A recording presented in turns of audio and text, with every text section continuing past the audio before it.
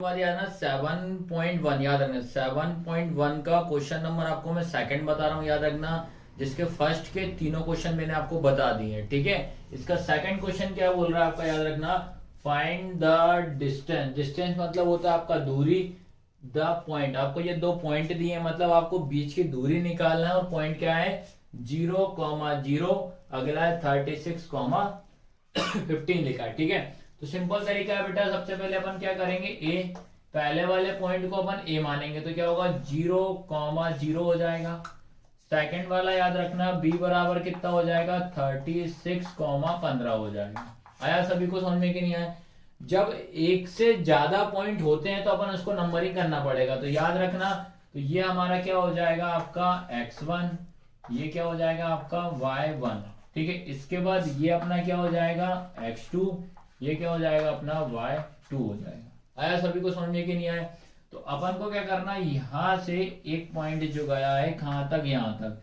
तो ए पॉइंट से B point तक की आपको डिस्टेंस निकालना है। तो क्या हो जाएगा 0,0, उसके बाद क्या हो जाएगा 36,15 हो जाएगा, ठीक है। अब आपको याद रखना पड़ेगा, ये हमारा क्या हो जाएगा x1 कितना हो जाएगा 0, उसके बाद y1 कितना हो जाएगा 0, ठीक है।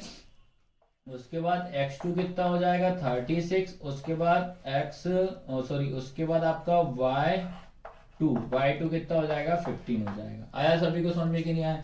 अब उसके बाद आपको पता है कि जो बीच की दूरी, ठीक है, बीच की दूरी का सूत्र, ठीक है।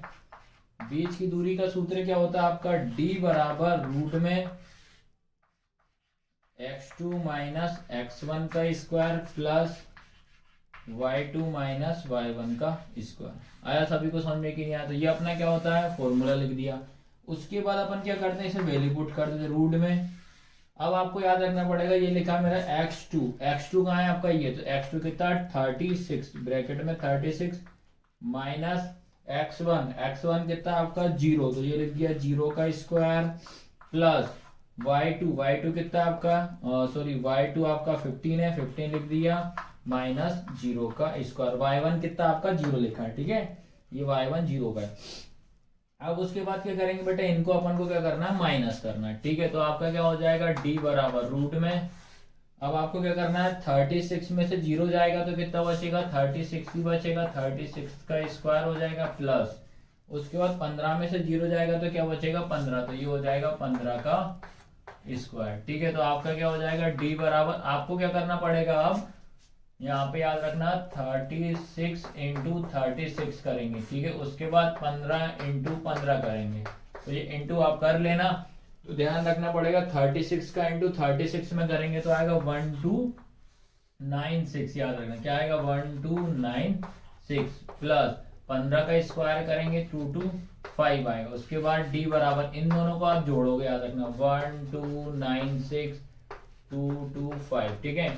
इसको प्लस करेंगे तो यहाँ कुछ नहीं तो 0 हो जाएगा, 6 और 5 11 हासिलाई 1, ठीक है, 9 10 2 12 हासिलाई 1 2 4 और 1 5 और ये आएगा, ठीक है। कितना आया आपका रूट में 15 21 आएगा, ठीक है। आया सभी को समझ में कि नहीं। अब जो लिखा है 15 जो 21 लिखा है इसका अपन अब एलसीएम लेंगे, ठीक है बेटा। तो एलसीएम लेंगे, याद रखना 15 21 का, तो याद रखना पीछे आपका 1 होता है तो किससे देंगे अपन 3 से देंगे, ठीक है। 3 से दिया, 3 पंजे 15। स्टार्टिंग में आप एलसीएम में कितने ही नंबर ले सकते हो, पर लेकिन याद रखना पड़ेगा आपको, जब बीच में दो नंबर एक साथ उतरते तो आपको 0 लेना पड़ेगा, ठीक है।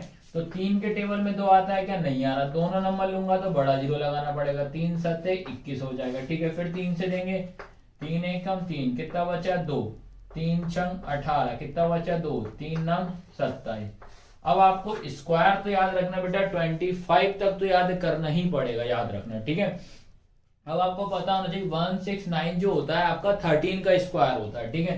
तो ये 13 बार में ही आएगा, ठीक है। तो ये क्या हो जाएगा 13 बन जा 13 हो जाएगा। आया सभी को समझ में कि नहीं आया। तो अब क्या लिखेंगे अपन रूट में, क्या लिखेंगे 1 2, ये लिखेंगे 3 इंटू 3 इंटू 13 इंटू 13, ठीक है। अब आपको पता है कि ये पेयर बना, इसका पेयर एक बार लिखा इंटू इसका पेयर एक बार, दोनों का मल्टीप्लाई करेंगे तो कितना आएगा 39 आएगा।